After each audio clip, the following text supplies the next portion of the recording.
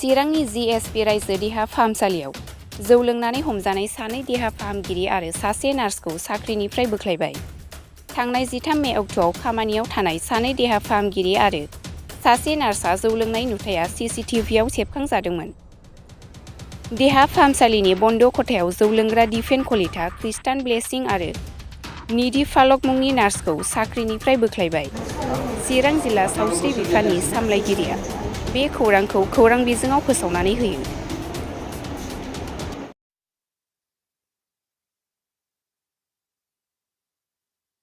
লজ্জিত আমাৰ চৰকাৰৰ সময়ত এনেকুৱা বস্তুটো হ'ব নাপাইছিলে। আমি খুব ষ্ট্ৰিক কৰি আছোঁ, ষ্ট্ৰিকৰ মাজতে এনেকুৱা যে চলি আছে, এইটোৰ কাৰণে আমি দুৰ্ভাগ্যজনক বুলি ক'ব বিচাৰিছোঁ। ইয়াৰ ওপৰত আমি একশ্যন ল'ম, ভেৰি ষ্ট্ৰিকলি আমি একশ্যন ল'ম। মই অলৰেডি এডমিনিষ্ট্ৰেটৰ লগতো আলোচনা কৰিছোঁ, গতিকে ছুপাৰিনটেণ্ডেণ্টৰ লগতো আলোচনা কৰিছোঁ। তেওঁলোকে মোক প্ৰতিশ্ৰুতি দিছে খুব কম দিনৰ ভিতৰতে সেইটো পানিছমেণ্টটো একশ্যনটো লোৱা হ'ব আৰু আইনগতভাৱে তেওঁলোকে যি পানিছমেণ্ট পাব সেইটো পাব।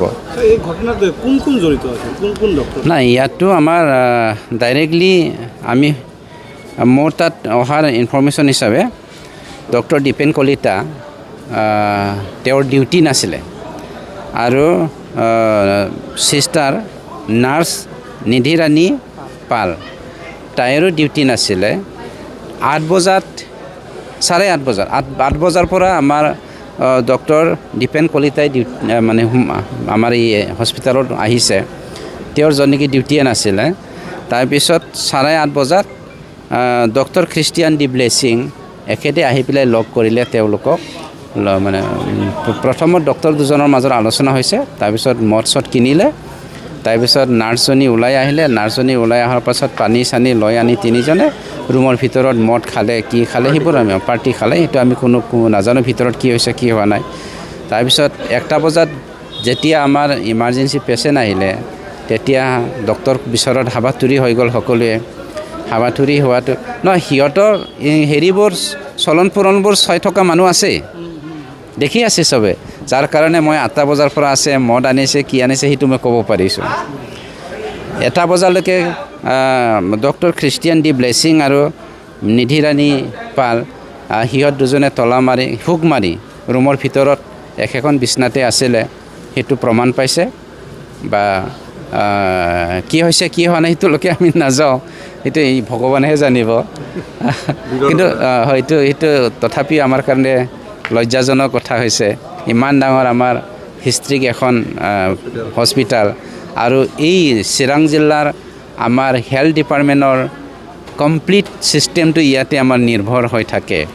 তেনেস্থলতো তেওঁলোকে ডিউটিটো বুজি নাপায়, এনেকুৱা কামত যি লিপ্ত হ'ল, সেইটো চালে আগৰ পৰাই কিবা এটা হৈ আছিলে নেকি এইখন হস্পিটেলত, সেইটো এটা আমাৰ মানে চিন্তা হৈছে। মানে এনেকুৱা ধৰণৰ চলি থাকিলে হস্পিটেলখন বাৰ বুলি পৰিণত হ'ব, এনেকুৱা যেন ধৰিব পৰা হৈছে। মানে এনেকুৱা আৰু আগৰ পৰাই হৈছিলে নেকি, না ভিতৰে হৈ আছিল নেকি, যিটো আজি পেচেণ্টে আহি পেলাইহে খবৰ মানে আমি হেৰিটো পালোঁ। চাওঁ এতিয়া একশ্যন লোৱা যাব, কম্প্ৰমাইজ নাই, কোনো পধ্যেই এইটো কম্প্ৰমাইজ নাই। ঠিক আছে, প্ৰথমতে মই বস্তুটো ক্লিয়াৰ কৰি লওঁ যে পৰিচালনা সমিতিৰ যদিও সভাপতি হয় গঠন কৰিছে, কিন্তু কাউন্সিলৰ ফালৰ পৰা ইয়াক মানে এপ্ৰুভ দিব লাগে সেইখিনি হোৱা নাই।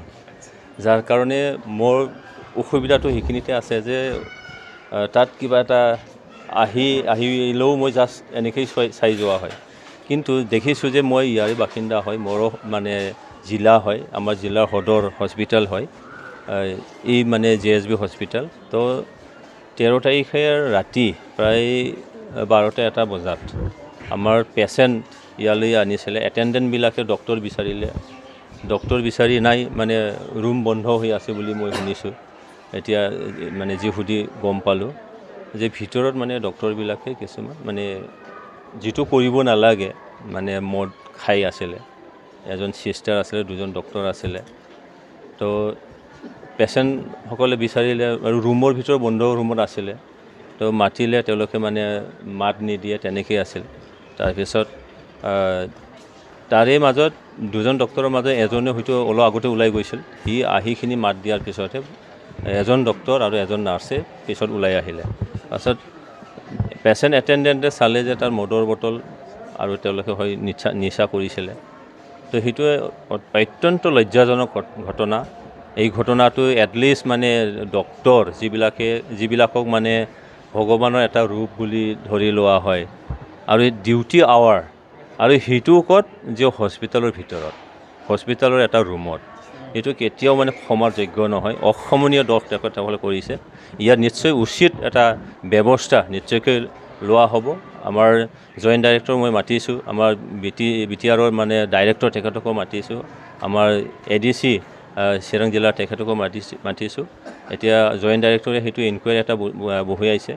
আৰু ডক্টৰটো আমি দেখিলোৱেই আপোনালোকৰ মিডিয়াৰ যোগেদি যে তেওঁলোকে কি কাম কৰিছে কৰা নাই। তো তাততো কোনো এটা নাই।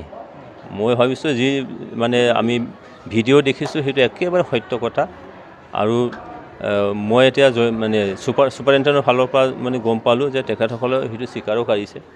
তো সেইকাৰণে ই অসমীয়া দোষৰ পৰা তেখেতসকলে কেতিয়াও হাৰি যাব নোৱাৰে। ডিপাৰ্টমেণ্টেলি একশ্যন নিশ্চয়কৈ লোৱা হ'ব। আৰু ডিচিৰ ফালৰ পৰা এটা ইনকুৱাৰী, মেজিষ্ট্ৰেট এটা ইনকুৱাৰী নিশ্চয়কৈ বহুওৱা হ'ব। তো আশা ৰাখিছোঁ যে এইটো এটা ইমিডিয়েট এটা একশ্যন হ'ব লাগে তেখেতসকলৰ ছাৰ্ভিচৰ ওপৰত। তো সেইটোকে মই ক'ব খোজোঁ। সিহঁতক এতিয়া আপোনাৰ মই ছাছপেণ্ড কৰিম তিনিজনকে। এতিয়া ইয়াতে হস্পিটেলত মানে নোৱাৰে। আৰু আমি এটা কমিটিও বনাই আছিলোঁ। আমি এতিয়া সেইকাৰণে আহিলোঁ। আৰু এইটো মানে পূৰা ইনকুৱাৰীটো বহল। তাৰ ফল্টটোতো মই দেখাই পাইছোঁ, এইটো আৰু মানে অবভিয়াছ ফল্ট, মানে ক্ৰাইম কৰিছে, এটা ক্ৰাইম। সেইকাৰণে এটাও আমি এটা লিগেল আমিতো ডিপাৰ্টমেণ্টেলি কিবা এটা কৰিব লাগিব। সেইকাৰণে আমি এটা ইনকুৱাৰী কমিটি বহাইছোঁ। এতিয়া সেইটো ইনকুৱাৰী হ'ব। আৰু আমি এতিয়া এইটো ছাছপেনশ্যনটো কৰিমেই আৰু ষ্টেটতো জনাম। এইজন হ'ল নিধি পাল আৰু ক্ৰিশ্চিয়ান আৰু দীপেন কলিতা। দীপেন কলিতাও জড়িত আছে নেকি এইটো? তিনিজন আছে মানে কোৱা মতে, পাব্লিকেও বা আমাৰ ষ্টাফেও আছিল নাইট ডিউটি। কোনটো ডিপাৰ্টমেণ্টৰ পৰা? গাইনকলজিষ্ট। ঠিক আছে।